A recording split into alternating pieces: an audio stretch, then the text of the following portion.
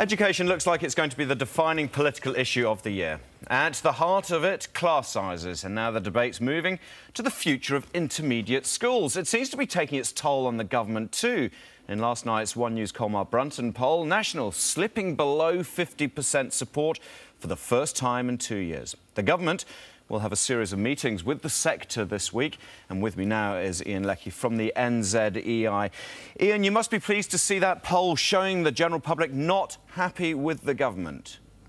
I think it certainly confirms the outrage that we are well aware of right across the country over this issue. But still no response by the government to reverse the budget decision. No, and I think we are waiting for them to reconsider. Obviously, it has not met with any popularity throughout the country. The sector are in an uproar as well. I think the message that every school is going to be affected by this.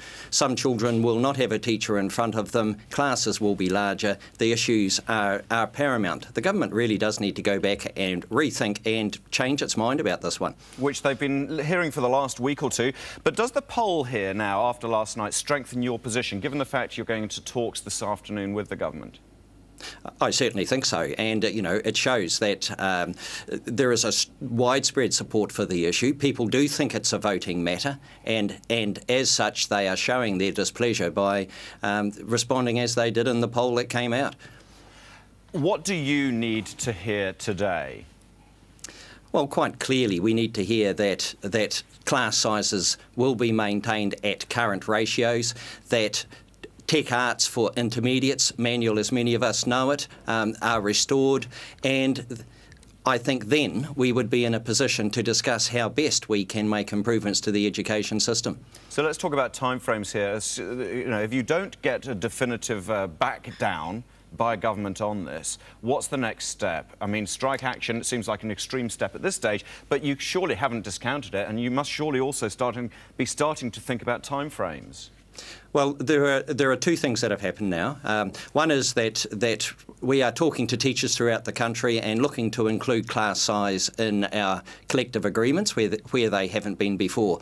Secondly, we have a sector-wide meeting occurring here in Wellington this afternoon.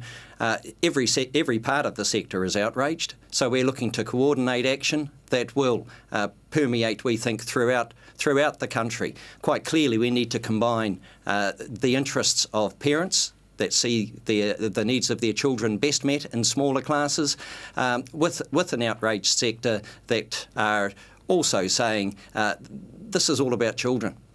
Ian, just finally, I need to ask you about your opinion on the argument which has been presented to do away with intermediate schools, combine our resources. That's a travesty to education. Intermediate schools were created because it was recognised those children were at a very vulnerable stage as they moved through puberty, as they moved between primary and secondary school. Intermediate schools also introduced specialisation and careers into those children. To take away intermediate schools, to take away the specialisation that occurs there is an absolute travesty for education. All right, Ian Leckie from the NZEI, thanks very much for joining us this morning. So we know Ian's view on the future of intermediate schools. Well, it is the new battleground in this debate. The principal of Hamilton Girls High had this to say on Saturday breakfast. If that is the intention, it needs to be done in a way where, in fact, we look really closely at the opportunities. One of the things that New Zealand is very, very well known for is the range of ways it offers its education. And I think if we're shifting in that way, it needs to be well researched. We need to make sure we never compromise what intermediates give us at the moment. Well, with me now is Dr. Brian Hinchco from Papatoetoe Intermediate School. Brian, thanks very much for joining us. You would, of course, agree with Ian that this is an absolutely essential part of our educational network. Totally. Yeah, New Zealand has a long and proud history of intermediate schools. We were the first country in the world to introduce intermediate schools in 1931. It came out of a long history starting in 1893.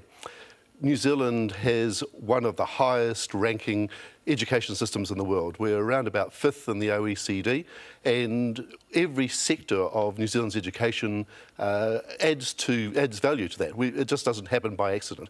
And we think that intermediate schools has a vital part to play in maintaining that ranking of 5th or better in the OECD. We look at countries who have done away with intermediate schools and middle schools. We look at Britain, for example, who did away with them in the 1980s, and they have plummeted to 22nd in the OECD. So that gives us one example, one piece of research that shows that the value of intermediate schools in protecting a high-value quality education is essential for New Zealand. Well, I'm pleased you answered my second question first, looking at the UK. But when we're looking at budgetary constraints here and we're looking at staff cutbacks and class sizes increasing within intermediate schools, the sacrificing of certain subjects, does it make some sense to think about combining resources? I think we look at the bigger picture, Rawdon, is really important here. On early estimates, it looks like the budget cut 1,100 teaching positions out of New Zealand education for the beginning of next year. Frontline services, teachers delivering quality education. We need to move beyond the rhetoric of poor quality teaching in New Zealand. We don't have poor quality teaching in New Zealand. There are, of course, in every school, wonderful teachers that probably need better development. We need probably stronger systems around those teachers. But to cut out of our entire education systems 1,100 frontline staff at the beginning of next year is an absolute travesty of justice. As a principal, would you support the idea that you're given the responsibility to reward the performance pay concept within the school? I think we need to sit down, as the principal from Hamilton Girls High suggested, and have a six-sector review of what is important for education in New Zealand. I think every New Zealander would believe that we need to have an absolute quality education system. How we achieve that, we can only do by sitting down together and discussing that, negotiating it, coming to an agreed consensus of what that looks like. If it includes performance pay, then so be it. But that may not be the answer that we need in New Zealand. All right. Thank you very much, Dr. Brian Hinchko, Principal of Papatoetoe Intermediate School. Thanks for coming in.